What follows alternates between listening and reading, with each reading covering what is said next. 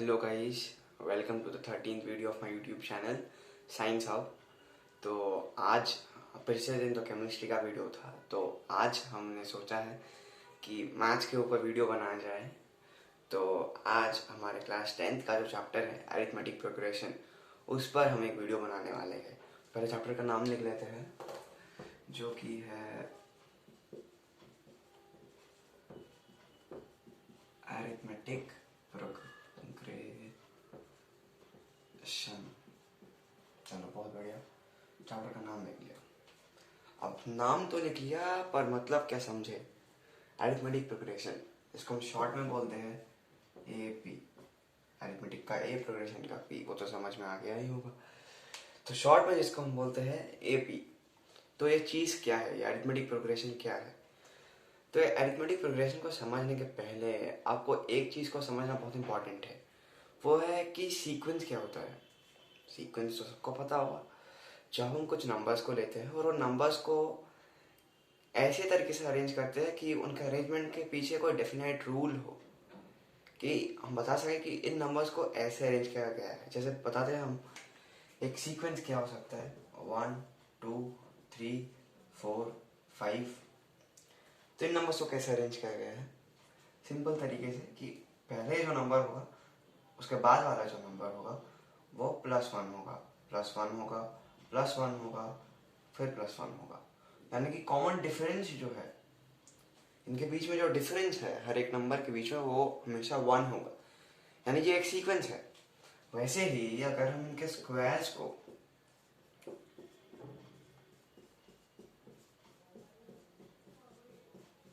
तो ये क्या निकलेगा, 1 4 9 16 25। अब ये भी एक सीक्वेंस है। कैसा सीक्वेंस? जो पहले के 5 नेचुरल नंबर्स है उनके स्क्वायर्स को लिखा गया है, जो मतलब कंजिक्यूटिव नेचुरल नंबर्स के रिस्पेक्टिव स्क्वायर्स को लिखा गया है ना। पर यहाँ पे क्वेश्चन है, तो भाई ये भी एक सीक्वेंस है, ये भी एक सीक्वेंस है, पर क्या ये दोनों सीक्वेंस ही एपी है? यानी कि क्या ये दोनों सीक्वेंस ही अरिथमेटिक प्रोग्रेशन है? तो जी नहीं, दोनों अरिथमेटिक प्रोग्रेशन नहीं है। अभी हम समझ पाए कि अरिथमेटिक प्रोग्रेशन क्या होता है, जनरली कोई भी सीक्वेंस क्या होता है, जनरली कोई भी पैटर्न क्या होता है। तो ये वाला जो है ये अरिथमेटिक प्रोग्रेशन नहीं है, जबकि ये है। अब क्यों? तो अरिथमेटिक प्रोग्रेशन वो एक ऐसा सीक्वेंस होता है जिसमें क्या रहता है, common difference.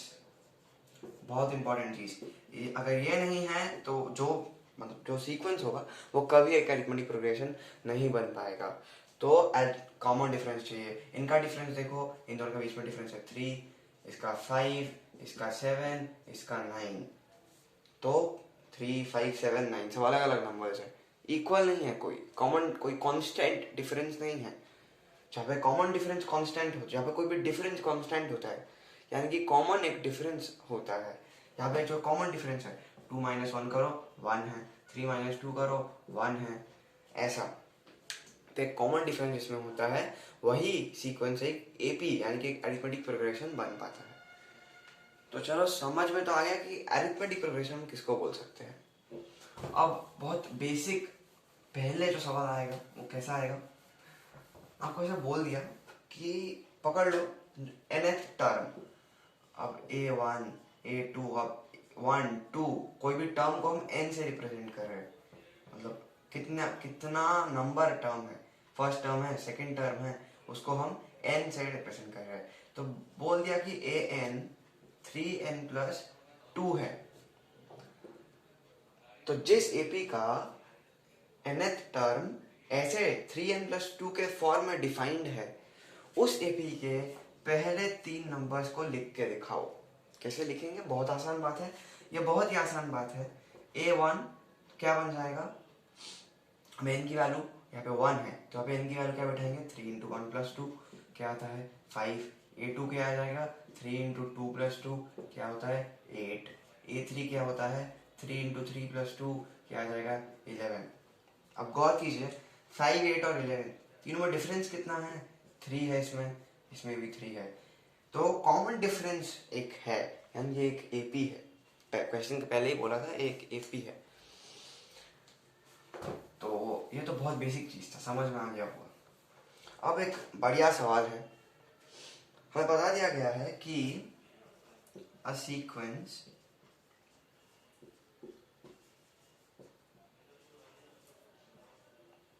is defined by an equal to n cube minus 6n square plus 11n minus 6। इसके बाद बोला गया है कि show that the first three terms of the sequence are zero and all the other terms are positive। अब question तो book से देखना पड़ेगा, क्वेश्चन को रटते नहीं है, इसलिए बुक से देख रहे थे क्वेश्चन को। हम उसको सॉल्व करके दिखाएंगे कि क्या तरीका है। हमें बताया गया है तो हमारे पास क्या है, we have this that is a n that equals to n cube minus 6n square plus 11n minus 6। अब हमें दिखाना ये है कि इसके जो पहले तीन टर्म्स होंगे वो सिर्फ पहले तीन टर्म से जीरो होंगे, उसके बाद यानी कि चौथा, पांचवा, छठा, जो उसके बाद के जो टर्म्स है वो जीरो नहीं होंगे, वो सब पॉजिटिव होंगे, नेगेटिव भी नहीं होंगे, पॉजिटिव होंगे। देखते हैं क्या ये बात सच है कि नहीं, झूठ बोल रहे क्वेश्चन तो झूठ नहीं बोलता। तो चलो पहला टर्म निकालते हैं। a1 क्या हो जाएगा, 1 cube minus 6 into 1 square plus 11 into 1 minus 6 क्या आ गया, 1 माइनस 6 प्लस 11 माइनस 6 क्या आ गया, 0 माइनस 6 माइनस 12, 1 प्लस 11 प्लस 12, 0 आया। चलो भाई सेकेंड टर्म निकालने चलते हैं। तो ये 2 क्या आ गया, n क्यूब फिर से लगाएंगे, 2 cube minus 6 into 2 square plus 11 into 2 minus 6 क्या आ जाएगा, 8 माइनस 6 को यहाँ पे ले लेते हैं, माइनस 6 इंटू स्क्वायर क्या आ जाएगा, माइनस 24 प्लस 22। देख लो यहाँ से क्या आता है, प्लस 2 आता है, यहाँ से माइनस 2 आता है, तो a2 भी आ गया हमारा 0। अब थर्ड टर्म भी बोला है 0 होगा, देख लेते हैं 0 है कि नहीं। तो भाई 3 cube minus 6 into 3 square plus 11 into 3 minus 6 आ गया, तो ये आता है 27। 3 स्क्वायर क्या होता है, 9 यानी कि 54 प्लस 33 माइनस 6। अब 27 प्लस 33 क्या होता है, 60 माइनस 54 माइनस 6 क्या होता है, माइनस 60। ये भी आ जाएगा हमारा 0।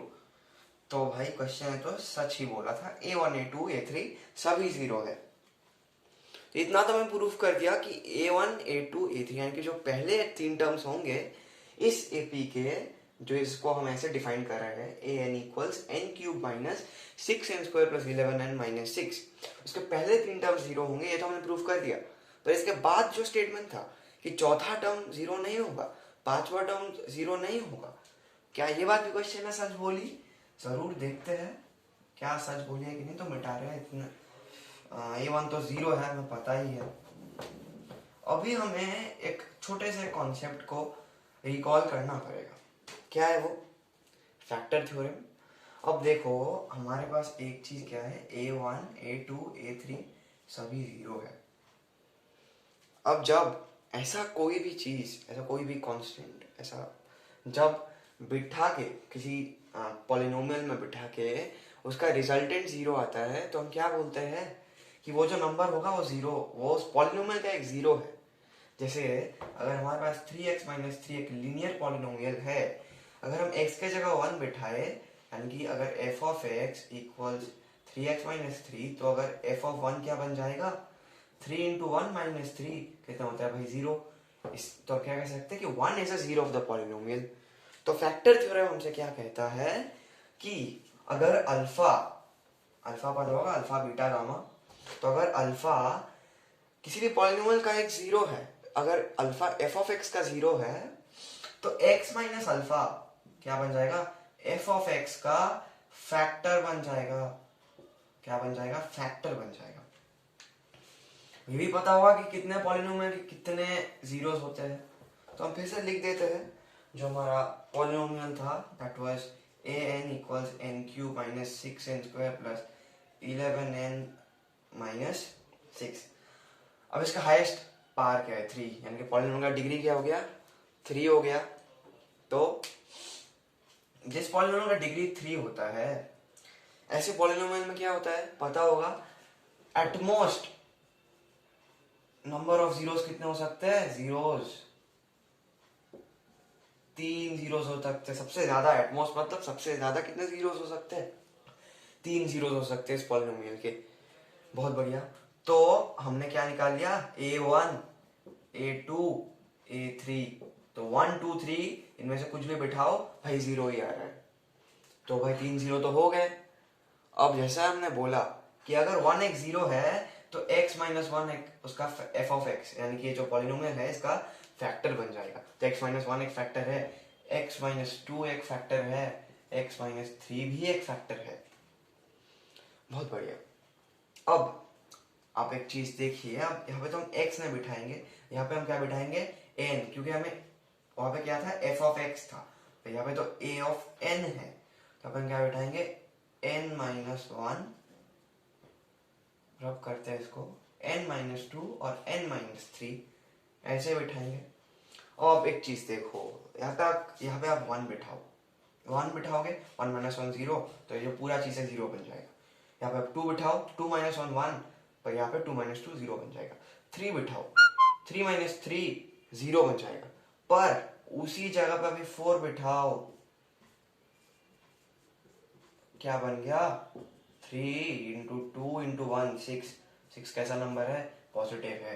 फाइव सिक्स सेवन कुछ भी बिठा के देख लो, नेगेटिव नंबर नहीं बिठाना, पॉजिटिव कोई भी नंबर बिठा के देख लो, हमेशा इसका वैल्यू जो होगा पॉजिटिव होगा। यानी कि हमने क्या प्रूव कर दिया कि तीन तक, वन टू थ्री, मतलब पहले जो तीन टर्म्स है वो हमेशा जीरो हो रहे हैं इस पॉलिनोमियल के, और अगर उससे थोड़ा भी ज्यादा जा रहे हैं, चौथा पांचवा छठा, हमेशा वो पॉजिटिव हो रहे हैं वो टर्म्स। चलो ये तो प्रूव हो गया, तो क्लियर है, बहुत बढ़िया चैप्टर है, बहुत ही बढ़िया चैप्टर है ये भी। तो एक लास्ट चीज बता देते हैं हम। सोचो हमें कोई एक पॉलिनोमियल दिया गया है, सोचो हमें एक पॉलिनोमियल दिया गया है 7n माइनस फाइव, मतलब एक AP that is defined in this way, that is I mean whose nth term of the AP is defined like an equals 7n minus 5। बहुत बढ़िया। अब हमें ये, अब क्वेश्चन में पूछ रहा है हमें ये कहो कि क्या AP में है या AP में नहीं है, मतलब एक सीक्वेंस का, गलती हो गई, AP नहीं, एक सीक्वेंस का। तो यहाँ पे क्या करेंगे यहाँ पे, अब एक चीज थोड़ा दिमाग लगा के सोचो, 2 4 6 AP है, कॉमन डिफरेंस कितना है, 2 करके कॉमन डिफरेंस है।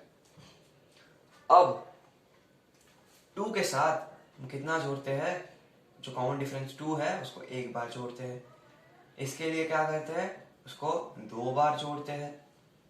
ऐसा ही हो रहा है ना, इतनी बार ही जोड़ रहे हैं। बहुत बढ़िया। तो यहाँ पे हम क्या करेंगे, an+1 निकाल देंगे, कॉमन डिफरेंस 2 है, तो हम क्या करना पड़ रहा है, 4 माइनस टू। अब 4 क्या है इस AP का, जो सेकेंड टर्म है AP का, है ना, जो सेकेंड टर्म है AP का वो 4 है, फर्स्ट टर्म तो भाई 2 है। तो ऐसे भी तो हम हमेशा अगला जो टर्म है और पिछला जो टर्म है दोनों का सब्ट्रैक्ट करते हैं और कॉमन डिफरेंस मिलता है। तो यहाँ पे हम nth टर्म तो ये है, तो उसके बाद वाला टर्म जो कि a ऑफ n+1 वो क्या हो जाएगा, 7 इंटू n+1 माइनस 5, वो क्या बन जाएगा, 7n प्लस 2। बहुत बढ़िया, 7n प्लस 2। ठीक है, अब हमें यहाँ पे क्या करना है, an+1 और an दोनों का डिफरेंस निकालना है। अब an+1 क्या है, 7n+2 माइनस 7n प्लस 5 कितना बन जाता है भाई, 7 बन जाता है। तो अभी ये जो 7 आया है, अभी इस 7 में कहीं पे क्या n है, ये जो n था, ये n दोनों क्या हो गए, कैंसिल आउट हो गए, तो n तो है नहीं। तो जब ऐसा होता है कि n नहीं रहता है, तब हम कहते हैं कि ये जो है this is independent of n, ये करके जो d निकल रहा है that is independent of n, और कॉमन डिफरेंस निकला है 7। देयरफॉर हम कह सकते हैं कि दिस इज इन AP, यानी कि दिस सीक्वेंस लिखना पड़ेगा यहाँ पे, this sequence is in AP। तो राइट, ऐसे करना पड़ेगा इन सम्स को। तो होप आप समझ चुके होंगे कि कैसे करते हैं। वैसे ही अगर सोचिए ऐसा कुछ आता कि 7n+2 - 3n+5, ठीक है, तो क्या आ जाता 4n+7, ऐसा आ जाता। तो वो नहीं चलेगा क्योंकि इसमें this is not independent of n, therefore this is not in AP, this sequence is not in. तो ऐसे करना पड़ेगा आपको, ठीक है। तो होप आप कुछ समझे होंगे और थैंक यू वीडियो को देखने के लिए। पूरा